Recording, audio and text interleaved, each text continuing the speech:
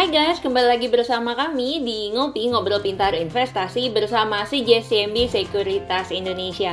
Kembali lagi bersama saya Vanessa Herman dan rekan saya Kevin Judah Huta Barat. Hai Kev, apa kabar nih Kev?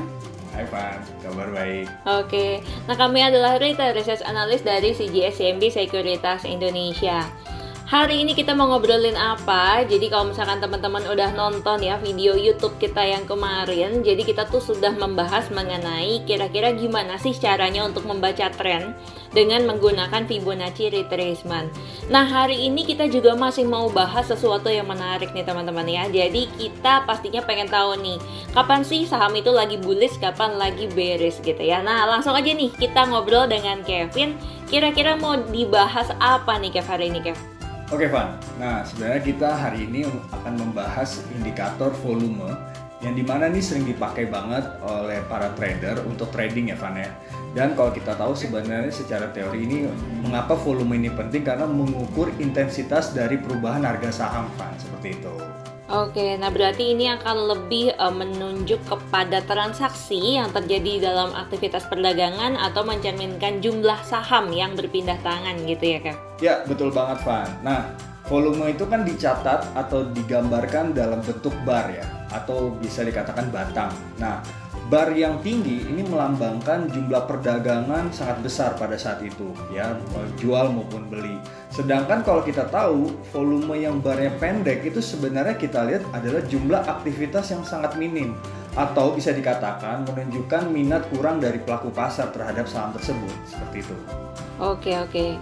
Nah pastinya mungkin teman-teman juga pengen tahu nih Kev. Jadi ada nggak sih sebetulnya kelebihan dari volume ini?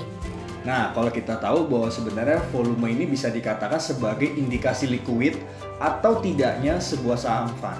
Nah, terkadang kita tuh akan menghadapi kesulitan ketika kita menjual saham yang tidak liquid, ya, atau bisa dibilang volumenya konsisten dalam arti setahun atau lebih dari setahun tuh rendah volumenya.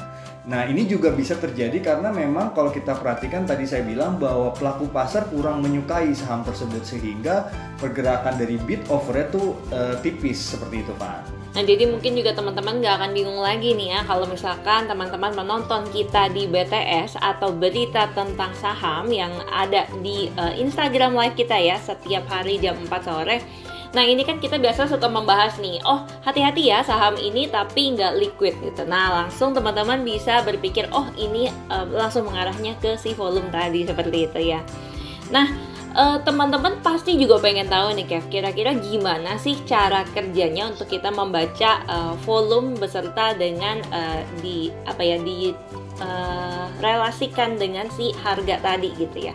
Ada contohnya nggak nih Kev? Ya pastinya ada contohnya dong. Nah kita akan membahas saham Adaro. Nah berikut tampilannya ya teman-teman. Nah ini adalah pergerakan dari saham Adaro Energi atau kode sahamnya Adaro, dimana kalau kita perhatikan memang volume ini sangat penting untuk indikasi kenaikan juga ya. Nah kalau kita perhatikan let's say kita lihat dari pergerakan short term 14 Juni sampai dengan 7 September kurang lebih pergerakannya masih cenderung lebih stagnan ya volumenya, dan kalau kita lihat pergerakannya lebih ke arah sideways cenderung menguat. Cuman yang menariknya kalau kita lihat dari let's say 20 September atau 22 September ini terjadi kenaikan yang berkorelasi dengan volume yang cukup tinggi dibandingkan sebelumnya. Nah indikasi ini bahwa sebenarnya pertanda bullish cukup terbuka ya teman-teman, di mana saham dari Adaro ini naik cukup signifikan ya dari 13.10 sampai dengan paling posisi tingginya sampai menyentuh level high-nya tuh di sekitaran 1980-an ya, dengan volume yang cukup tinggi juga gitu ya. Jadi memang indikasi bahwa saham ini naik ini juga ada pertanda juga dari volume, sehingga kalau volumenya bagus ini kemungkinan potensi rally cukup terbuka. Dan kalau kita perhatikan rally-nya cukup pendek juga, dimana kalau kita lihat let's say dari 21 September sampai dengan 6 Oktober ya. Jadi memang inilah indikasi kalau memakai volume biar kita tahu bahwa sebenarnya saham ini cenderung naik. Nah ini disebutnya pertanda bullish ya. Demikian untuk saham Adaro. Jadi kalau misalkan teman-teman ketemu kenaikan harganya ini disertai dengan volume yang tinggi juga gitu ya, ini sebenarnya mengindikasikan peluang untuk saham tersebut bisa naik lagi gitu. Kenapa? Karena ibaratnya ketika sahamnya pun itu lagi naik, orang-orang nih masih berlomba untuk membeli saham tersebut gitu ya. Berarti ekspektasinya ke depan harga saham itu tuh masih bisa naik lagi seperti itu ya. Nah, kalau misalkan kebalikannya nih Kev, harga sahamnya lagi turun gitu misalkan, volumenya juga tinggi. Nah itu seperti apa tuh Kev? Kita akan bahas saham BBRI ya, tampilannya di layar teman-teman ya. Nah, di layar teman-teman ini kita akan membahas saham yang berbentuk bearish ya. Tadi kan kita udah bahas volume ini sangat menguntungkan kalau saham-sahamnya bullish sehingga ada rally.